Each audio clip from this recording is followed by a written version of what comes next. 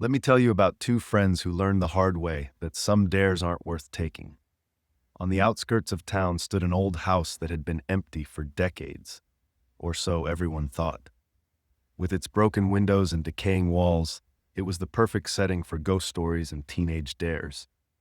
That's exactly what brought Tommy and Jack there one autumn evening, each trying to prove they weren't scared of some rundown building. The moment they stepped inside, they knew something was wrong.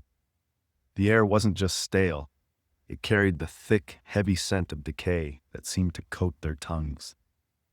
Their footsteps echoed through empty rooms, each creak of the floorboards beneath them sounding like a warning. But they pressed on, their nervous laughter doing little to mask their growing unease.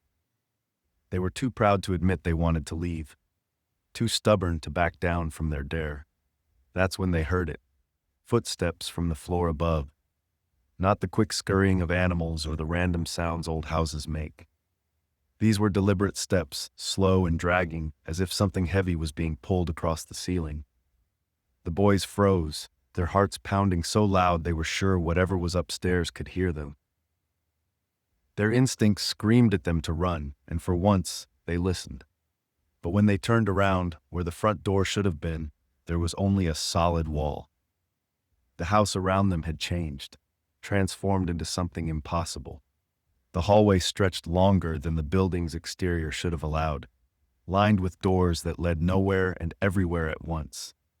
Every attempt to find an exit only led them deeper into the nightmare. A raspy voice called out from the staircase, words that made their blood run cold. "You shouldn't have come back." Tommy gripped Jack's arm, insisting they'd never been there before. But when he turned to his friend, he saw something that made him wish he'd never taken that dare. Jack was smiling, but it wasn't his smile anymore.